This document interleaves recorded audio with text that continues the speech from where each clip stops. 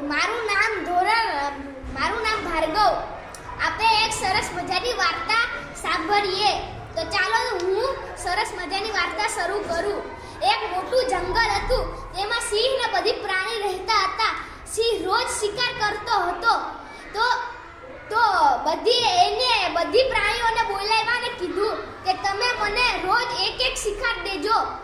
તો પ્રાણીઓ માની ગયા કે હા તમે બધી એક શિકાર દેશું.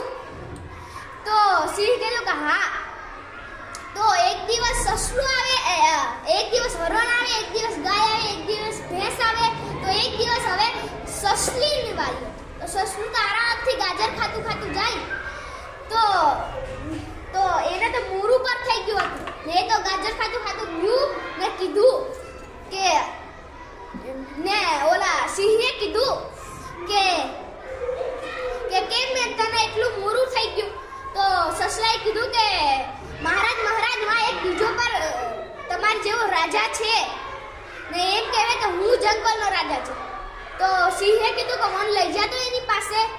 તો સસલો તો એક મોટા કૂવા પાસે લઈ ગયો ને એમાં એનું મોઢું દેખાયું. તો એની કૂવા પાસે પાણી ભરેલું હતું ને અંદર પ્રતિબિંબ સિંહનું દેખાણું ને સસલાએ કીધું કે આ છે જો. તો સિંહે કીધું કે હું જંગલનો રાજા છે. તો અંદરથી પણ અવાજ આવી કે હું જંગલનો રાજા છે. તો સિંહે પાછું કીધું કે હું જંગલનો રાજા છે. તો અંદરથી પણ અવાજ હું જંગલનો રાજા છે. તો સિંહે કીધું કે ઉપર હું તને ખાઈ જઈશ આવું. તો એમ કરીને સિંહ કૂવામાં પડી ગયો.